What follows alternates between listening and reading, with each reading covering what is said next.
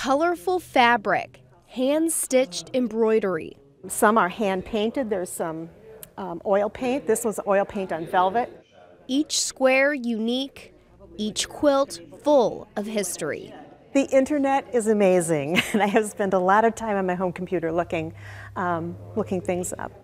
Jean Belfi is a volunteer at the Bloomington Historical Society. She's a quilter who researched a couple of these quilts donated in the 1970s. This is the first quilt that we found that had some real interesting stories with it. The quilt has many names on it, and behind each square is a person. The oldest woman was 73 years old. The youngest was 5 years old, whose name is on here. One recognizable name, Agnes Pond, who Belfi believes is Gideon Pond's granddaughter. Another name is Reverend John Williamson, who went to South Dakota with Native Americans to set up Presbyterian missions. The rest of the names on the quilt are mostly Native American women. The names is the really cool part, but this is all made of cotton. It's all hand-stitched. And for being made by a group of people, the quilt looks uniform, unlike its neighbor.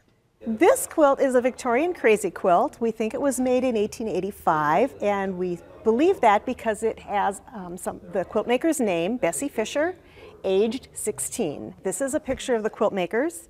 This is Bessie and her sister Mina and their parents, Thomas and Martha. The family lived in Minneapolis. Thomas was a Civil War veteran, and some of his ribbons are sewn into the quilt. While Belfi says the 16-year-old probably did most of the work, she says she might have had help from her sister and mom. What's really interesting about this is that there's lots of different levels of embroidery skill in it. Some of them are just gorgeously dense, and we can tell from looking at the back that it was done right on there. It wasn't machine done on a piece of fabric and then sewn on. Both quilts were made in the late 1800s, and while not every quilt here is that old, Belfi says they still tell a story. Quilts are made for lots of different reasons. Some for just artistic expression.